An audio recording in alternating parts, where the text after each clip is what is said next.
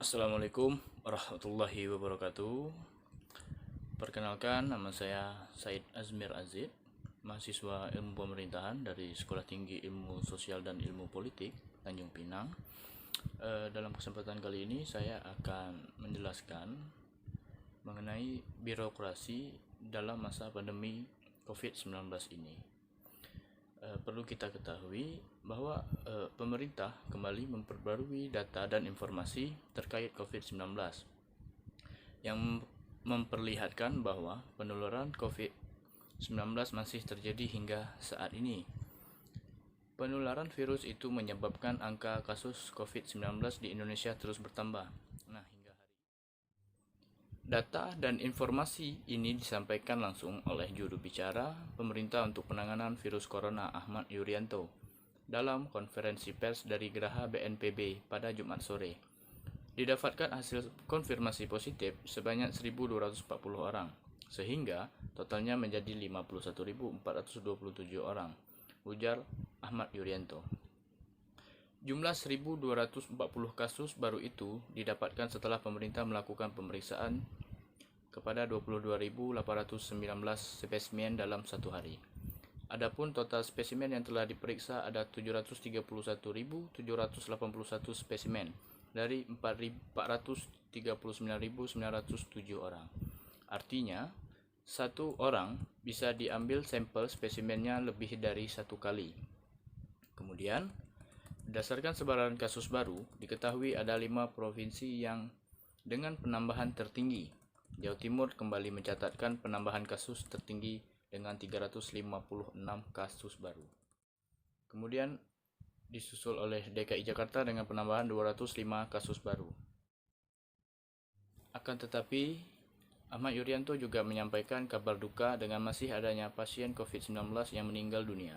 Ada 63 pasien COVID-19 yang tutup usia dalam periode 25-26 Juli 2020, sehingga totalnya menjadi 2.683. Data ODP dan PDP hingga saat ini kasus COVID-19 sudah tercatat di semua provinsi atau 34 provinsi di seluruh Indonesia. Secara khusus, sudah ada 448 kabupaten kota yang terdampak virus corona dari 34 provinsi. Jumlah ini bertambah 2 daerah jika dibandingkan data kemarin. Pemerintah juga mengungkapkan jumlah orang yang berstatus dalam pemantauan atau ODP dan pasien dalam pengawasan atau PDP saat ini ada 38.381 orang yang berstatus ODP dan 13.506 orang berstatus PDP. Kemudian kita akan membahas mengenai birokrasi. Pada era reformasi, birokrasi dituntut untuk berubah sikap dan perilaku agar dapat melayani masyarakat dengan baik. Perubahan-perubahan sosial yang terjadi baik yang berlangsung cepat maupun berlangsung dengan lambat menuntut pada organisasi birokrasi untuk dapat menyesuaikan diri dengan perubahan-perubahan tersebut. Sebab perubahan mengandung unsur perbedaan. Masyarakat yang notabene-nya objek dari pelayanan tugas pemerintah mengharapkan transparansi pemerintah dan mempertanggungjawabkan penyelenggaraan pemerintah dan pembangunan. Bentuk tanggung jawab tersebut diwujudkan antara lain adalah transparansi data kepada masyarakat. Hal ini dimaksudkan agar profesionalitas kerja memperkecil penyimpangan dalam kegiatan penyelenggaraan di bidang pemerintah, dari pemerintah pusat hingga ke pemerintahan daerah. Dengan adanya wabah virus corona disease 2019 atau COVID-19 merupakan penyakit pernapasan yang dapat menyebar dari orang ke orang. Virus yang menyebarkan COVID-19 ini adalah coronavirus disease novel yang pertama kali diidentifikasi selama penyidikan di Wuhan, China. Beberapa artikel maupun berita COVID-19 pertama kali di Indonesia dimulai pada bulan Februari. Dengan kata lain, beberapa warga Tiongkok yang mengunjungi Indonesia atau warga Indonesia yang baru pulang dari Tiongkok pada pertengahan atau akhir bulan Januari. Dari beberapa orang ini, penularan warga Indonesia khususnya seperti DKI Jakarta. Risiko infeksi dengan COVID-19 lebih tinggi untuk orang-orang yang kontak dekat dengan seseorang yang diketahui terdampak COVID. Virus ini muncul dari sumber hewani, tetapi sekarang menyebar dari orang ke orang.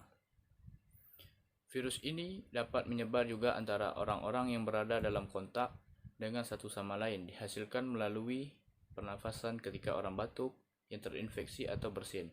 Kemungkinan juga bahwa seseorang bisa terdampak COVID-19 dengan menyentuh mulut, hidung, dan mata mereka sendiri. Nah, kemudian kemampuan aparat yang semakin tinggi dan cepat tanggap maka akan berpengaruh terhadap kualitas pelayanan transparansi yang semakin baik. Seyogyanya seorang aparat, pemerintah harus menjadi teladan bagi masyarakat sehingga dapat dikatakan sebagai pamong bagi masyarakat. Menurut Riaz Rashid dalam bukunya Kajian Awal Birokrasi, Pemerintahan dan Politik Orde Baru, bahwasanya tujuan utama dari profesionalisme birokrasi yaitu terciptanya pemerintah yang baik dan efektif dalam arti mampu melayani kebutuhan masyarakat secara optimal. Nah, berbagai upaya telah dilakukan baik dari pemerintah maupun pemangku kepentingan lain. Terus mengembangkan model pembuatan kebijakan dan pelaksanaan penanganan yang transparan dan partisipatif. Platform yang memungkinkan terjadinya interaksi antara pemerintah dengan masyarakat, diantaranya Command Center Kota Surabaya, ruang pengaduan dari COVID-19 di laman milik Provinsi Surabaya, hingga website covid19.go.id milik gugus tugas pemerintah. Nah, upaya-upaya tersebut merupakan contoh penerapan pemerintahan yang transparansi dalam memberikan kesempatan seluas-luasnya bagi masyarakat untuk aktif berpartisipasi dalam peningkatan kualitas pelayanan publik. Partisipasi pelayanan publik yang dimaksud juga termasuk hak untuk mengadu atau melaporkan suatu gejala COVID-19 atau penanganan lainnya kepada pemerintah. Namun, dalam hal penanganan dan pencegahan COVID-19, sejumlah platform yang ada selama ini belum signifikan. Partisipasi publik dinilai masih minim kontribusi dan pasif. Alih-alih untuk ikut membantu penanganan COVID-19, akses data dan informasi untuk mengidentifikasi orang yang terdampak wabah ini masih sangat terbatas. Oleh karena itu, data dan informasi merupakan instrumen penting bagi masyarakat untuk turut serta mendeteksi orang yang terkena COVID-19. Saya berargumen bahwa penanganan dan pencegahan COVID-19 di Indonesia semakin efektif apabila masyarakat memiliki akses terhadap dataset pemerintah yang mampu membantu pendeteksian potensi masyarakat terkena wabah ini. Dengan akses dataset yang bisa dijangkau oleh masyarakat, barulah mereka dapat turut aktif dalam membantu misi gugus tugas COVID-19.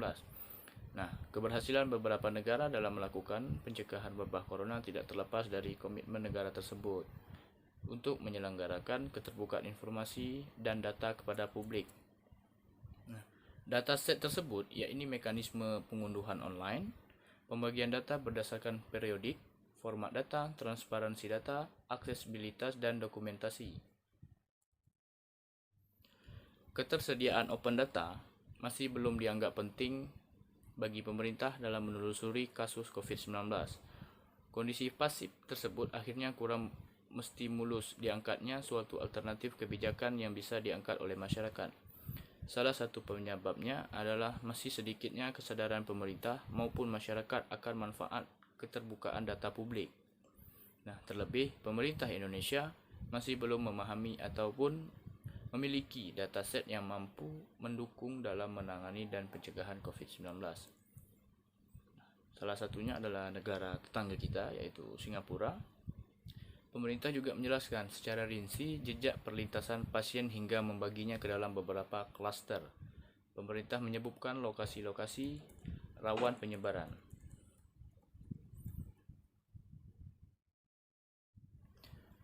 Keterbukaan informasi di Singapura tentang corona memungkinkan publik atau masyarakat untuk mengetahui di mana klaster-klaster yang berisiko tinggi.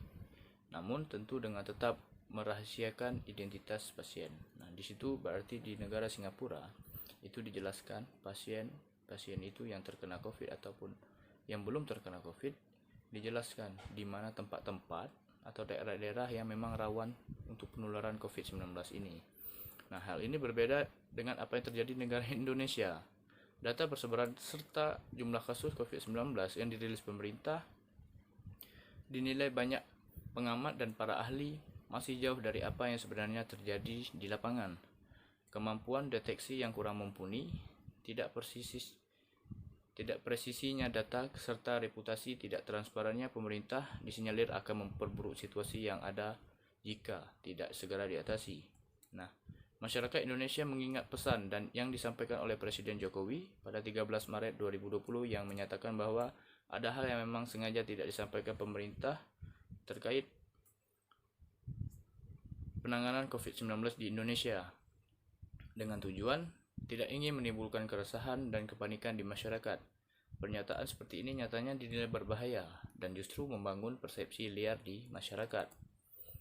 Berawal dari hal tersebut, rilis informasi harian pemerintah melalui gugus tugas COVID-19 mengenai perkembangan kasus di Indonesia disinyalir semakin memperlihatkan bahwa ada hal yang tidak beres. Ketidakberesan itu sendiri berdasarkan dari fakta awal di lapangan bahwa kemampuan serta kualitas tes COVID-19 Indonesia masih dinilai tidak maksimal dengan kemungkinan hasil false. Selain itu, mobilitas masyarakat yang masih sangat tinggi, bahkan sampai saat ini akan menambah faktor posibilitas penyebaran COVID-19 di Indonesia lebih dari data-data yang telah disampaikan oleh pemerintah. Nah, berdasarkan data yang dihimpun dari kawalcovid19.id serta situs resmi Kementerian Kesehatan di mana memuat seluruh informasi dari pemerintah terkait perkembangan COVID-19 di Indonesia. Terdapat beberapa hal yang dinilai membuat kecurigaan akan tidak transparansinya informasi tersebut. Selain itu, ada indikasi pemerintah memang benar-benar sedang melakukan manipulasi dengan membingkai rangkaian angka dan statistik agar tidak bertambah secara ekstrim dan justru perlahan terjadi penurunan atau flattening the curve. Selain itu, hal tersebut juga dinilai semakin memperjelas ketidakmampuan pemerintah dalam melakukan tes COVID-19 secara profesional dan menyeluruh untuk mendeteksi sebaran kasus.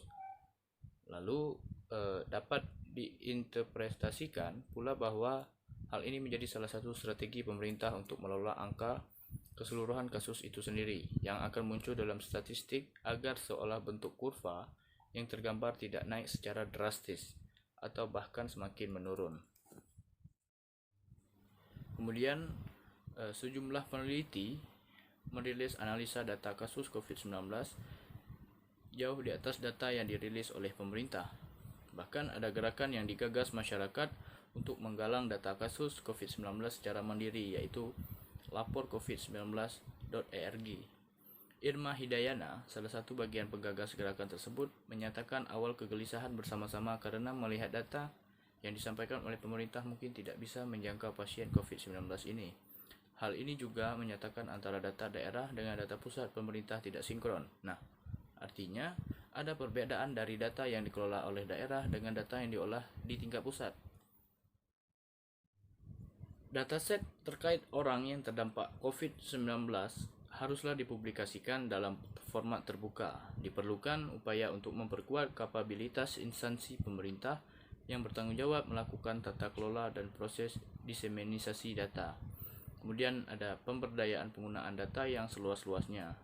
Pentingnya peran pemerintah sebagai mediator untuk meningkatkan kapabilitas stakeholder dalam memanfaatkan data yang terbuka sebagai upaya untuk mengungkap adanya potensi seorang terkena COVID-19, baik di internal pemerintah ataupun di masyarakat. Identifikasi dataset kunci penanganan pandemi ini. Jenis data yang diperlukan dan paling berpotensi sesuai dengan kondisi negara ini untuk meningkatkan kapabilitas birokrasi maupun masyarakat dalam berpartisipasi mencegah pandemik ini menyebar luas.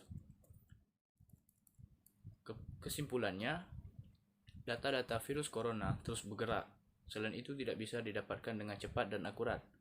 Beberapa faktor penyebab karena pemerintah cenderung tertutup. Sinkronisasi data tidak lancar karena karakter virus corona yang sulit dideteksi. Pandemi ini bukan masalah pemerintah atau birokrasi saja, tetapi masalah kita semua, seluruh warga Indonesia. Oleh karena itu, mestinya gotong royong, bahu-membahu untuk saling bisa memberikan informasi akan kejadian-kejadian yang kita tahu di sekitar masyarakat. Komitmen pemerintah Indonesia dalam mengimplementasikan inisiatif keterbukaan pemerintah menjadi pembaruan untuk agenda penanganan COVID-19 di Indonesia. Nah, mungkin itu saja yang dapat saya sampaikan. Terlebih dan kurang saya memohon maaf. Billahi taufik wal hidayah. Wassalamualaikum warahmatullahi wabarakatuh.